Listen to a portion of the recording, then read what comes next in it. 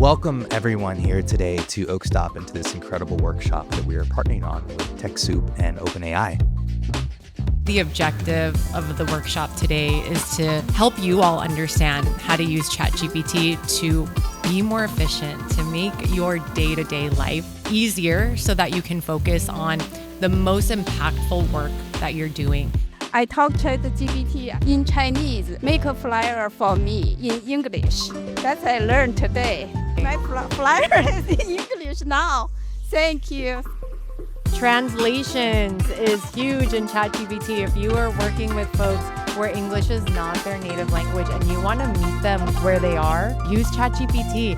I put in some of our current recruitment data for it to produce and show me what target zip code and areas and racial and ethnic demographics that we're underserving and haven't been able to recruit. And it actually generated some pretty good responses in terms of ideas or places or events to go to make up for that lack or that gap that I saw in the data. Amazing.